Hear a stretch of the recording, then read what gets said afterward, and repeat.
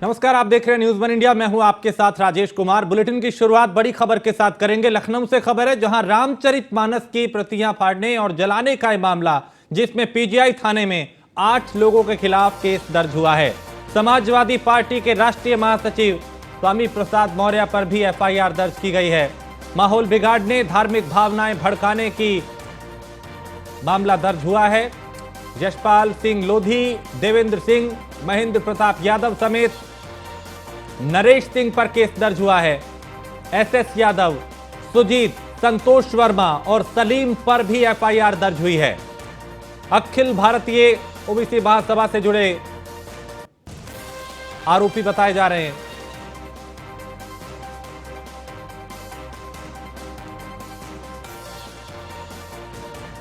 तो रामचरितमानस की प्रतियां फाड़ने और जलाने का यह मामला है, जिसमें पीजीआई थाने में 8 लोगों के खिलाफ मुकदमा दर्ज किया गया है।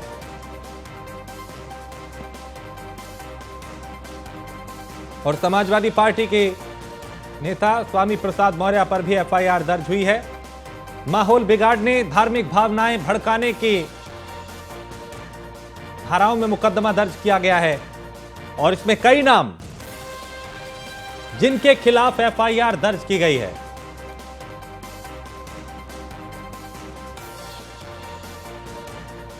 अखिल भारतीय ओबीसी महासभा से जुड़े आरोपी बताए जा रहे हैं। और लखनऊ में रामचरितमानस की प्रतियां फाड़ी गई थी, उन्हें जलाया गया था।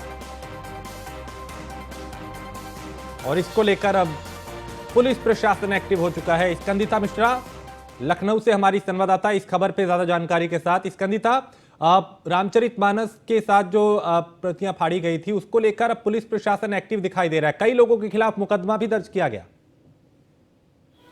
देखिए, रामचरितमानस का मुद्दा बहुत दिन से एकदम से वायरल हो गया है, एकदम से सुर्खियों में आ गया है। और रामचरितमानस वो है जिसकी भारत में ही नहीं, तमाम देशों में पूजा की जाती है, उसको पढ़ा जाता है, उसको लोग मानते हैं, फॉलो करते हैं, तमाम लोगों की आस्थाएं उसके साथ जुड़ी हुई हैं। और ऐसी घटना सिर्फ लखनऊ में नहीं, वृंदावन में, प्रयागराज में, वाराणसी में, आगरा में, तमाम जगहों से सामने आ रही है, जहाँ पर इसका विरोध कर रहे हैं। जो अखिल भारतीय ओबीसी महासभा के जो लोग हैं, वो इसका विरोध करते हुए नजर आ रहे हैं। उनको आरोप बताया जा रहा है, उनके खिलाफ एफआईआर भी दर्ज हुई है। अगर लखनऊ की बात की जाए तो लखनऊ के पीजीआई थाने में 8 लोगों के ऊपर एफआईआर दर्ज हुई है, जिसमें यशपाल सिंह का नाम है, यशपाल सिंह लोधी का नाम है, देवेंद्र यादव है, महेंद्र प्रताप यादव है, नरेश सिंह है, एसएस यादव है, सुजीत है, संतोष वर्मा, सलीम, और ये तमाम नाम हैं जिनके ऊपर एफआईआर दर्ज हुई है। और कुछ ही दिन पहले स्वामी प्रसाद मौर्य के ऊपर भी हजरतगंज थाने में एफआईआर दर्ज हुई थी। इसके जो भी मामला सामने आया है रामचरितमानस को लेकर,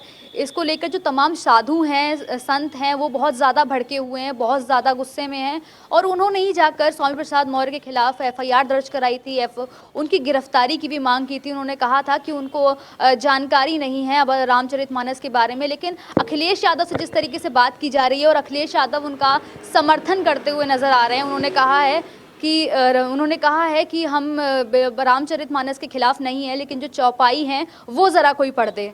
तो ऐसे मामले लगातार सामने आ रहे हैं। और सिर्फ लखनऊ में नहीं, तमाम जगह रामचरितमानस की प्रतियां फाड़ी गई हैं, उनको जलाया गया है।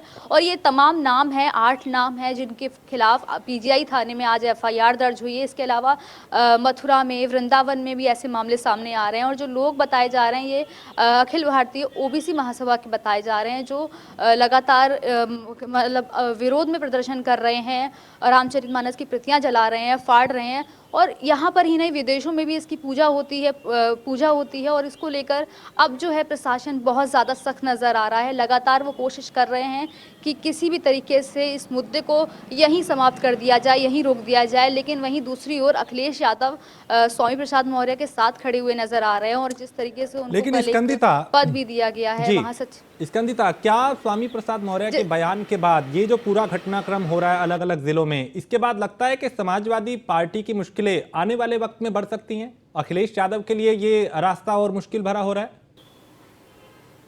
जी बिल्कुल, जिस तरीके से पहले आज़म खान लगातार सुर्खियों में आते थे, समाजवादी पार्टी की तरफ से जो अंट-शंट कुछ भी बयान देते थे और उनकी वजह से काफ़ी ज़्यादा नुकसान समाजवादी पार्टी को होता था। और लेकिन जब स्वामी प्रसाद मौर्य ने जो स्टेटमेंट दिया है, जहाँ पर तमाम लोग उम्मीद कर रहे थे कि जो सपा सुप्रीमो हैं अखिलेश यादव, वो इसका विरोध करेंगे, तो ऐसे में उन्होंने उनका विरोध नहीं किया है। उन्होंने कहा है कि हम रामचरितमानस के खिलाफ नहीं है, लेकिन जो पंक्तियाँ हैं, जो चौपाई है, वो ज़रा कोई पढ़ दे तो समझ में आ जाएगा। इसके अलावा अगर स्वामी प्रसाद मौर्य से भी हमने बात करने की कोशिश की, हमने उनसे जानने की कोशिश की थी कि क्या वो चाहते हैं कि रामचरितमानस बैन हो जाए, तो उस पर भी उन्होंने कहा कि हम ये बिल्कुल नहीं चाहते कि रामचरितमानस बैन हो जाए, लेकिन वो जो लाइन जिसमें महिलाओं के खिलाफ, महिलाओं के बारे में, पिछड़ी जातियों के बारे में, दलितों के बारे में जिनको नीच कहा गया है या मारने का पात्र कहा गया है, उस लाइन को चेंज करना चाहिए, उस लाइन को हटाना चाहिए। वो इस चीज़ की डिमांड कर रहे हैं कि किसी भी ग्रंथ में लिखा होना ये गलत है। लेकिन जो हिंदू महासभा के लोग हैं,